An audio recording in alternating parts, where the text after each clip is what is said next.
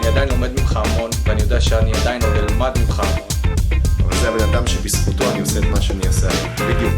הוא הכניס אותי לתחום. חלוץ של עולם המנטליזם בישראל, האב הרוחני של התחום הזה פה. אני מאוד... הספרים הטובים שראיתי מזה הרבה. ממש!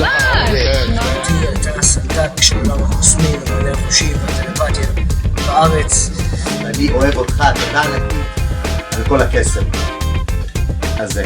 הוא עושה את זה הכי טוב שאפשר, הכי נעים שאפשר. superpower, always ask a magician.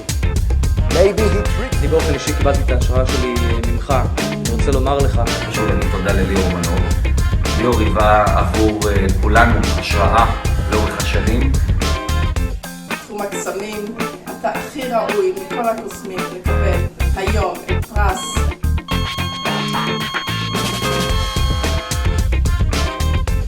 אין כמוך ראוי לזה.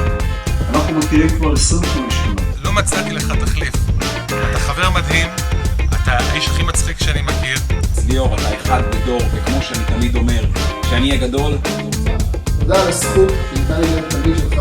אני מאחל לך עוד המון שנים של עשייה, של כיף, של הנאה.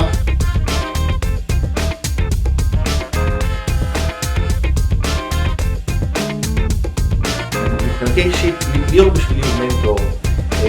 היום הוא חבר טוב. לנו לעולם הקוסמי והמנטליזם יש את ליאור בדור.